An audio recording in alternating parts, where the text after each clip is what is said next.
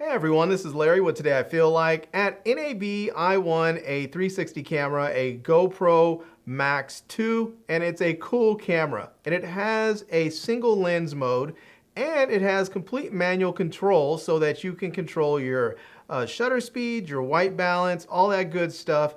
And this camera actually makes a pretty decent studio camera. So today I want to show you how you can set up your GoPro Max 2 as a studio camera. So let's jump into it, and here we go. All right, first things first, I just want to show you what this looks like if you're shooting with your GoPro Max 2 in the studio here, just with the default settings that it comes with straight out of the box. And this is it right here. So, and yeah, this is a single lens mode. It, super wide, looks okay. But let me show you how it looks after we get this thing set up as a proper studio camera. All right, let's go ahead and jump into the camera so we can get started. And the first thing we want to do is just swipe down from our from the top of the screen, because you're likely going to be in 360 mode when you first start up your camera. So we're going to go ahead and swipe down, and right here where it says camera mode 360, we're going to tap that so we can go into single lens mode. And there we go. Now we're in single lens mode, and you can see where it says video. So what we're going to do is we're going to tap on that. This is going to open up and show all of our presets. But what we can do here is we can go and choose another preset, or we can tap the little icon next to it that has the various settings that we can go into.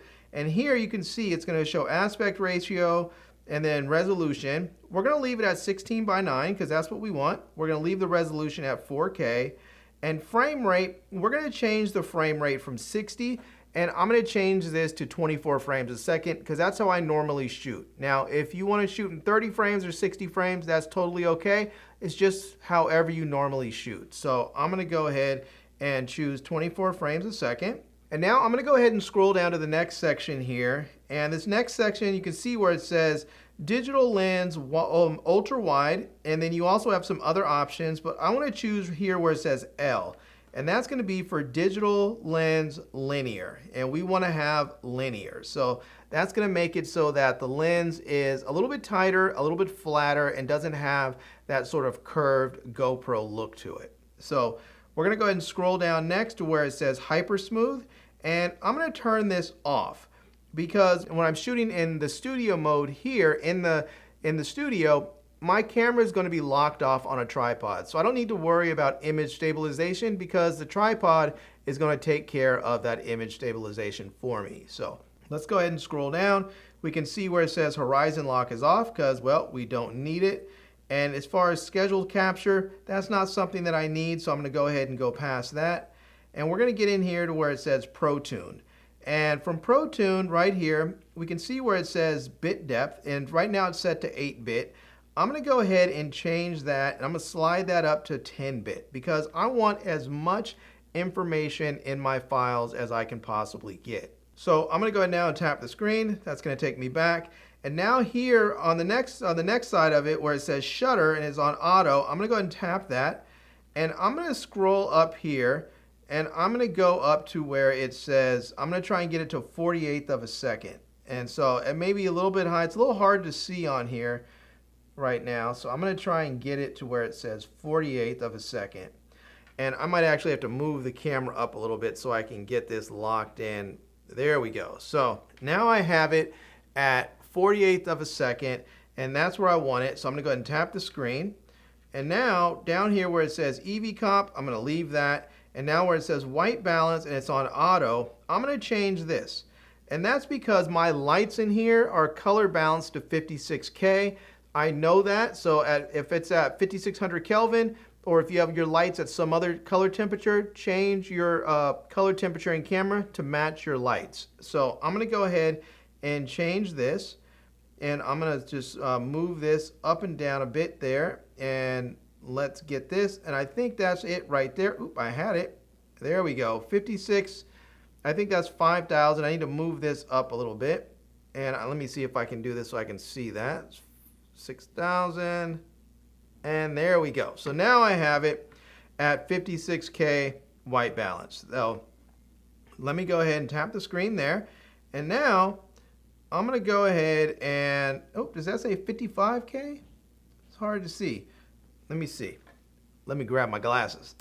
It does. It says 55K. I think it might only go to 55K. I thought it did 56K, but sometimes you just have to get as close as possible. Yeah, so it looks like 55K is going to be as close as you can get it. So I'm going to go ahead and leave it there at 55K. And now you can see here now where it says ISO and it says minimum 100, maximum 1600. I don't want the maximum at 1600. I actually want to lock in my ISO, so I'm going to go ahead and put it at 100. So I'm going to go ahead and drop this down to where it says 100, and there you go. So now my ISO is going to be locked and it's not going to move. It's going to have a minimum of 100, a maximum of 100, so my ISO is going to be 100. And I'm going to go ahead and tap that. And where it says sharpness, you can change this. Some people like to take it all the way to low or off. I'm going to go ahead and leave it on medium. I'm happy with it on medium. And for colors, you can change this if you have a preference. You can put it on vibrant. You can put it all the way on flat. I just like to leave it on normal or natural right there in the middle. And as far as denoise, I'm going to leave that on. I'm going to leave most of this stuff right here on the defaults right there. Now wind, I don't really need to worry about wind. I can actually go ahead and turn this off if I want. You can see right there it says off, because I'm not going to worry about wind while I'm in my studio here. Now, if you're in a place where you have a fan or something, where you're setting this up and you're outdoors or whatever, maybe that works for you. I'm going to tap that, and now where it says raw audio, it's right now on off. I'm going to turn this actually on, and I'm going to put it on raw audio. Creates a raw file, a raw audio track with moderate processing. So I'm going to leave that there. And now where it says bit rate, this one here, right now it's set on standard. We want to set this to high. We want that all the way to max right there. So we want to go ahead and put the minimal, it says minimal amount of processing to produce the highest quality image. Results in it says it results in a very large file size. Says up to 200 megabits with 8K resolution. That's okay. I mean, I'm all right with large file sizes if I get the maximum quality out of the camera. So I'm going to leave that on bitrate on max. And for stereo, for mics, whereas we have the option for stereo, front, back, and match lens. I'm going to leave it on match lens because when I'm shooting in that single lens mode, if I don't have an external microphone hooked up, I want the microphone that's closest to me to actually be picking up my audio. Even if I'm using an external microphone, maybe I'm using this camera as a B cam, or maybe I have a wireless mic that's recording the audio internally.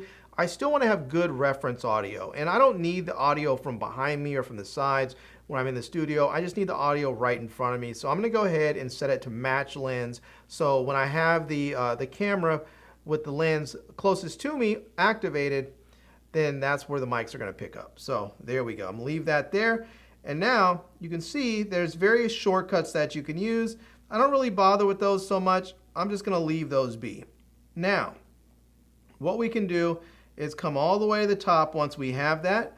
Once we have all of our settings dialed in, and I'm going to hit the plus sign, and this is going to allow me to go ahead and create a custom preset for my studio. So I'm just going to go ahead and click custom, and let's see if it'll just let me save it as a custom one. And there we go, saved it as custom.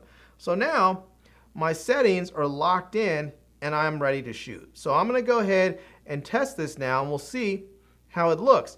And if anything looks off, you can just go into the area. Maybe you think it's too dark or something. You need to go ahead and adjust the ISO to give yourself a little bit more room with the lighting. You can do that. But let's see how it looks in comparison to earlier. All right, this is the setup right now. So I'm shooting with the GoPro Max 2, and this is it. Now, I did go in before I started shooting, and I changed the ISO from 100 to 200. So I have the minimum 100, the max 200, because I thought it looked a little bit dark, and I wanted to let a little bit more light in. So this is where we're at now. But you can see it still gives a very nice wide look. Even though it's set to linear, it's not going to be too crazy. It's still going to be very much, you know, sort of a wide scene. If you did want it to be a little bit tighter, you can go ahead and turn on image stabilization, because image stabilization will actually crop into your image a bit more and make it a little bit tighter. So, but this is it. I'm digging it. If you need to have a studio setup and this is the camera you're working with, you can definitely do it. These settings I think will be a nice starting point, and then you just have to make adjustments for your own particular setting, your scene, your equipment that you currently have working, and you'll be able to get yourself a nice shot with your GoPro Max 2. All right, everyone, well, there you go. That's it. That is how you can turn your GoPro Max 2 into a studio camera. Now, most people think of this as like a 360 action camera, but they give you that single lens mode and they give you manual control over your exposure. So you really can turn this into a studio camera. You can control your white balance, you can control your shutter speed, you can control your ISO, you can control everything that you need to make your studio shot look fantastic. So yeah, there you go. Anyways, if you're interested, I'll leave a link to this camera down below in the video description so you can check it out. I'll also leave links to my Amazon page and my social media contacts so you can reach me elsewhere. And I hope you enjoyed this video. If you did, please give it a big thumbs up and please subscribe to this channel and follow me on Instagram. And I am Larry with Today I Feel Like. Thanks for coming back to see me. Come back and see me soon. And until next time, love, peace, and hair grease. Peace.